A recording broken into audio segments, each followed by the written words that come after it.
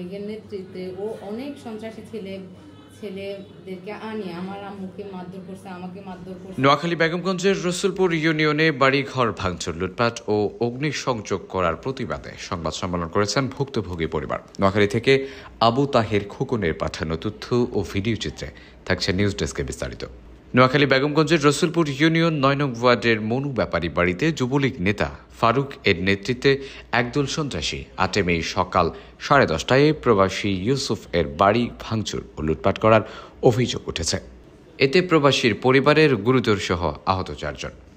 ভুক্তভোগী প্রবাসীর স্ত্রী খুকুমণি সাংবাদিকদের জানান, আমাদের বাড়ি ঘর ভাঙচুর, লুটপাট ও অগ্নিসংযোগ করে এবং উল্টো মিথ্যা মামলা দিয়ে হয়রানি করার প্রতিবাদে বেগমগঞ্জ উপজেলা প্রেস ক্লাবে সংবাদ সম্মেলনে বলেন, আমি আমার পরিবার পরিজন নিরাপত্তাহীনতায় ভুগছি। এ নিয়ে বেগমগঞ্জ মডেল থানায় ভুক্তভোগীর পরিবার অভিযোগ দায়ের করেন। এতে সন্ত্রাসী ফারুক ও তার সঙ্গপাঙ্গরা আরও ক্ষিপ্ত হয়ে বিভিন্নভাবে হয়রানি, হুমকি ধমকি দিচ্ছে বলে অভিযোগ ভুক্তভোগী পরিবারের।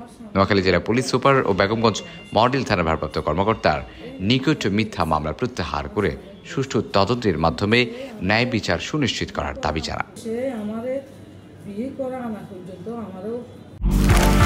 নিউজ টাইমস 24 বিডি, সত্যের প্রত্যয়ে আমরা।